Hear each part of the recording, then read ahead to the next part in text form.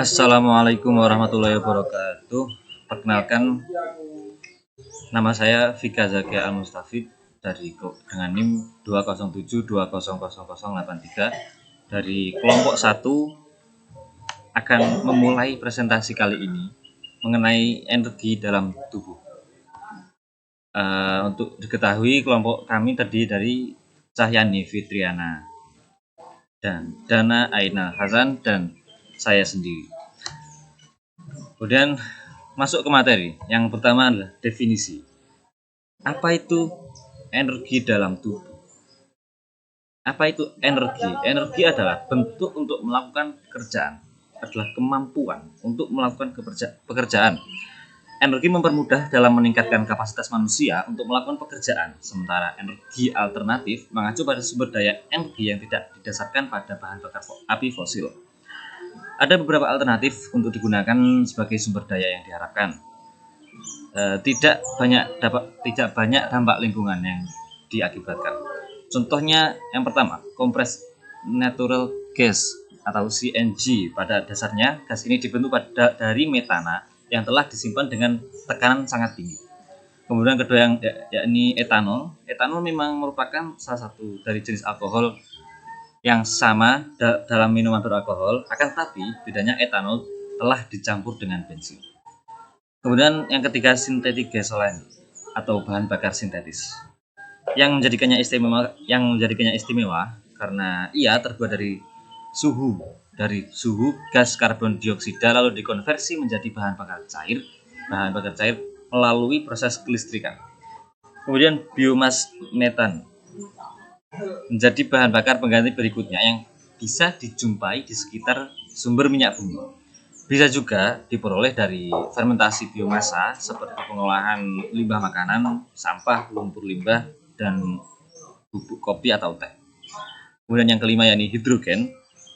Seperti yang banyak kita tahu, bahan bakar alternatif ini apabila dicampur dengan udara akan menghasilkan pembakaran yang lebih baik dan mampu meningkatkan efisiensi mesin.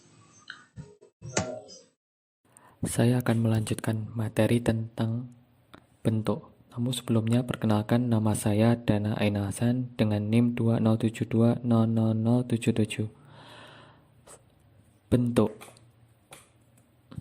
Ada berbagai bentuk energi, tetapi semua bentuk energi ini harus memenuhi kondisi yang berbeda, seperti kemampuan untuk berubah menjadi bentuk energi lain, mematuhi hukum kekekalan energi, dan menyebabkan modifikasi massa benda. Bentuk umum energi meliputi energi kinetik, benda bergerak, energi pancaran, cahaya radiasi elektromagnetik, dan energi potensial yang tersimpan dalam suatu benda karena posisinya, seperti medan gravitasi, medan listrik atau magnet, dan energi panas, termasuk potensi mikro dan energi kinetik dari gerakan partikel yang tidak teratur. Energi dalam tubuh.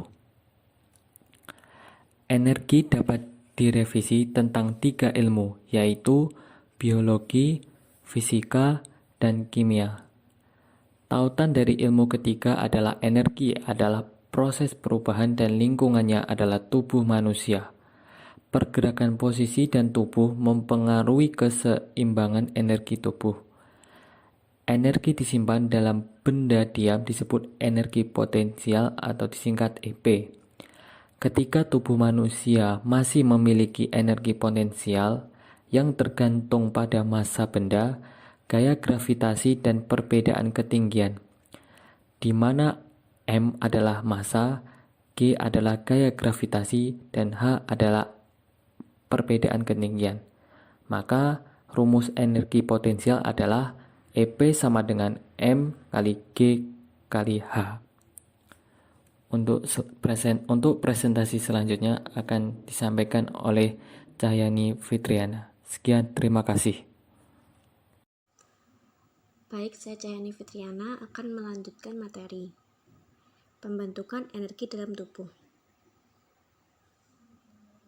Yang pertama ada sistem ATP-PC atau Phosphogene System. Fosfokreatin atau PC adalah fosfat berenergi tinggi yang tersimpan di dalam otot. memungkinkan lebih cepat menyediakan energi, tetapi tidak dapat digunakan secara langsung untuk kerja otot. Secara skematik dapat dituliskan sebagai berikut. Fosfokreatin plus ADP menjadi kreatin dan ATP. Sistem ATP-PC tidak bertahan lama. PC akan habis setelah aktivitas otot selama 6-8 detik. Jadi penyediaan energi fosfokreatin berlaku untuk latihan fisik pada kecepatan tinggi dengan intensitas tinggi pula. Untuk meningkatkan kualitas sistem ATP-PC tersebut, diperlukan latihan yang cepat dan berat. Penyediaan energi ATP-PC ini cepat habis. Jika cadangan PC habis, untuk membentukkan ATP lagi diperlukan glikolisis anaerobik. Yang kedua, ada sistem glikolisis anaerobik atau lactic acid system. Sistem ini menyediakan ATP dari pemecahan glukosa atau glikogen hasil konversi karbohidrat yang tersimpan di otot menjadi asam laktat. Secara skematik dapat dituliskan sebagai berikut. Glukosa plus ADP menjadi laktat plus ATP. Sistem ini menghasilkan asam laktat yang apabila menumpuk di otot menyebabkan fungsi otot melemah dan kelelahan otot. Energi yang dikeluarkan digunakan untuk membentuk ATP kembali dan dihasilkan 2 ATP dari 1 mol glukosa. Sebenarnya menghasilkan 4 mol ATP, tetapi 2 mol terpakai pada proses anaerobik. Reaksi total alur glikolisis adalah sebagai berikut. C6H12O6 atau glukosa plus 2NAD plus menjadi 2C3H4O3 plus 2NADH plus 2H plus energi. 2 ADP plus 2H3PO4 plus energi menjadi 2 ATP plus 2H2O. NADH harus dioksidasi kembali agar glikolisis tidak berhenti. Bila oksigen tidak tercukupi bila oksigen tidak cukup tersedia atau dalam kondisi anaerobik, maka NADH bereaksi dengan asam pirufat menghasilkan laktat. Tetapi dalam keadaan cukup oksigen atau aerobik, hal ini dapat terlaksana dengan bantuan oksigen. Yang terakhir, ada sistem aerobik. Metabolisme karbohidrat dan lemak membutuhkan O2 dan ADP, serta akan menghasilkan CO2, ATP, dan air. Secara skematik dituliskan sebagai berikut. Glukosa plus oksigen plus ADP menghasilkan CO2 plus ADP plus air. Lemak, oksigen, ADP menghasilkan CO2, ADP, dan air. Sistem aerobik lebih efisien daripada anaerobik karena pada sistem aerobik 1 unit molekul glikogen dapat memperbarui 38 ATP.